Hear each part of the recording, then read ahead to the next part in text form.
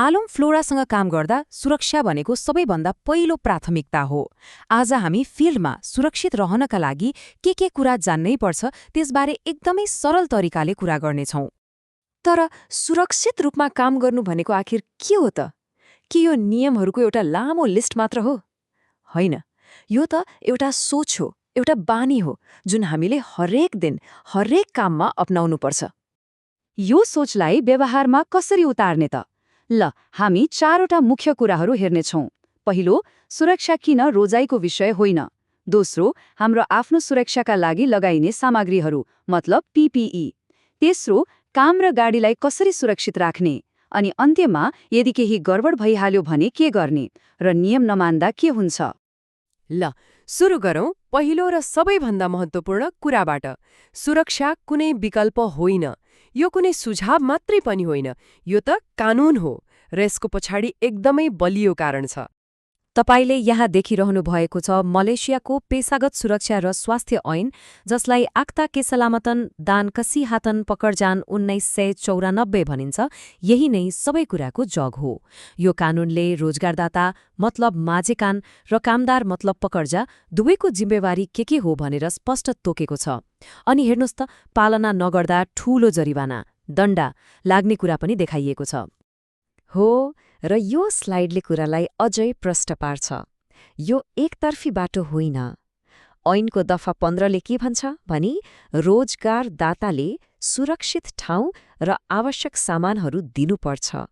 अनि दफा 24ले कामदारलाई त्यो सामान लगाउने र नियम मान्ने जिम्मेवारी दिएको छ। भनेपछि यो त एउटा सन्तुलन हो, होइन र? सबैको साझा जिम्मेवारी। अब परिणामको कुरा गरौँ। यदि रोजगारदाताले आफ्नो जिम्मेवारी पूरा गरेनन् भने जरिवाना कुनै सानोतिनो छैन। यो आरएम 500,000 सम्म पुग्न सक्छ। यो रकमले नै देखाउँछ नि सुरक्षालाई कति गम्भीरतापूर्वक लिएको छ। तर जिम्मेवारी कामदारको पनि हो। यदि नियम पालना गरिएन भने व्यक्तिगत रूपमै आरएम 2000 सम्म जरिवाना हुन सक्छ। त्यसैले त भनिन्छ नि, यो सबैको साझा प्रयास हो, जहाँ सबैले आफ्नो आफ्नो भूमिका निभाउनै पर्छ। ल, कानूनको कुरा त हामीले बुझ्यौं। अब हाम्रो सुरक्षाको सबैभन्दा पहिलो र महत्त्वपूर्ण कवचको बारेमा कुरा गरौँ। व्यक्तिगत सुरक्षा उपकरण, जसलाई हामी छोटकरीमा पीपीई भन्छौँ। यो हाम्रो सुरक्षाको पहिलो रेखा हो। आलम फ्लोरासँग काम गर्दा यहाँ देखाइएका यी 5वटा पीपीई वस्तुहरू त अनिवार्य नै छन्। सेफ्टी हेलमेट, रिफ्लेक्टर ज्याकेट, पन्जा, रिफ्लेक्टर प्यान्ट र सेफ्टी जुत्ता। यिनीहरू बिना फिल्डमा काम गर्न पाइँदैन र यो अरू कसैको लागि होइन, हाम्रै सुरक्षाको लागि हो। हरेक उपकरणको आफ्नो आफ्नो काम छ। जस्तै सुरक्षा हेलमेटले चर्को घाम र गर्मीबाट बचाउँछ।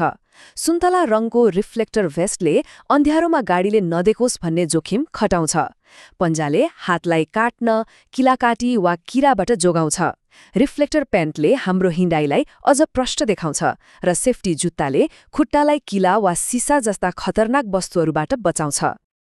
तर पीपीई हुनु मात्रै काफी छैन। यसलाई सही तरिकाले प्रयोग गर्नु नै महत्त्वपूर्ण छ। यहाँ हेर्नुहोस् त, केही सामान्य गल्तीहरू देखाइएका छन् जसबाट हामी बच्नै पर्छ। च्यातिएको वा बिग्रिएको उपकरण प्रयोग गर्ने, लगाउनै नमान्ने वा चाहिएको बेला उपलब्ध नै नहुनु। यीमध्ये कुनै पनि एउटा गल्तीले हामीलाई सिधै जोखिममा पार्न सक्छ। ल, पीपीई लगाएर सुरक्षित हुनु त एउटा पाटो भयो। अब हामीले काम गर्ने तरिका र चलाउने गाडीलाई कसरी सुरक्षित बनाउने त? हाम्रो तेस्रो खण्ड यही विषयमा छ। सुरक्षित काम, सुरक्षित गाडी।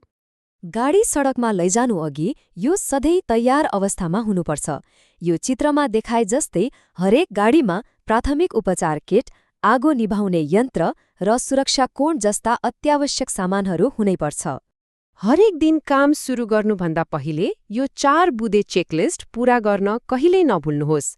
गाडीमा फर्स्ट एड किट छ कि छैन, 9 केजीको आगो निभाउने सिलिन्डर ठिक अवस्थामा छ, 5वटा सेफ्टी कोणहरू छन्, अनि आपतकालीन अवस्थाका लागि चाहिने त्रिकोण। यो 1 मिनेटको जाँचले ठूलो दुर्घटना टार्न मद्दत गर्न सक्छ। सबै तयारी गर्दा गर्दै पनि कहिलेकाहीँ गल्तीहरू हुन सक्छन्। त्यसैले हाम्रो अन्तिम खण्डले यही कुरालाई हेर्छ, रिपोर्टिङ र परिणामहरू। केही नराम्रो भइहाल्यो भने के गर्ने र नियम तोड्दा के हुन्छ त? यो तालिकाले नियमहरूलाई एकदमै स्पष्ट पार्छ। पीपीई नलगाएको भेटिएमा प्रति कामदार आरएम 100 जरिवाना, खतरनाक काम गरेको पाइएमा प्रति घटना आरएम 300, लागु पदार्थ वा रक्सी सेवन गरेको भए आरएम 300 जरिवाना र कामबाट निलम्बन पनि। अनि असुरक्षित गाडी चलाएमा त झन् आरएम 500। यहाँ कुनै बहानाबाजी चल्दैन, हरेक गल्तीको निश्चित परिणाम छ। र यो सबै कुराको सार यही एक विचारमा छ, सुरक्षा एक साझा जिम्मेवारी हो। यो केवल म्यानेजर वा सेफ्टी अफिसरको मात्र काम होइन, यो फिल्डमा काम गर्ने हामी प्रत्येक व्यक्तिको जिम्मेवारी हो। अब यदि दुर्घटना भइहाल्यो भने सबैभन्दा महत्त्वपूर्ण कुरा हो नआत्तिने। यी 3 चरणहरू दिमागमा राख्नुहोला। पहिलो, यदि सुरक्षित छ भने घाइतेलाई मद्दत गर्नुहोस्। दोस्रो, अरूलाई खतरा नहोस् भनेर घटनास्थललाई सुरक्षित गर्नुहोस्। र तेस्रो, र यो सबैभन्दा महत्त्वपूर्ण छ, तुरुन्तै आफ्नो सुपरभाइजरलाई खबर गरिहाल्नुहोस्। र अन्त्यमा यो प्रश्नमा एकछिन सोचौं त, सुरक्षा आखिर के हो? के यो केवल पालना गर्नुपर्ने नियमहरूको सूची हो, वा हामीले हरेक दिन हरेक पल अपनाउनुपर्ने एउटा प्रतिबद्धता हो? जवाफले नै हाम्रो कार्यस्थल कत्तिको सुरक्षित हुन्छ भन्ने कुरा निर्धारण गर्छ।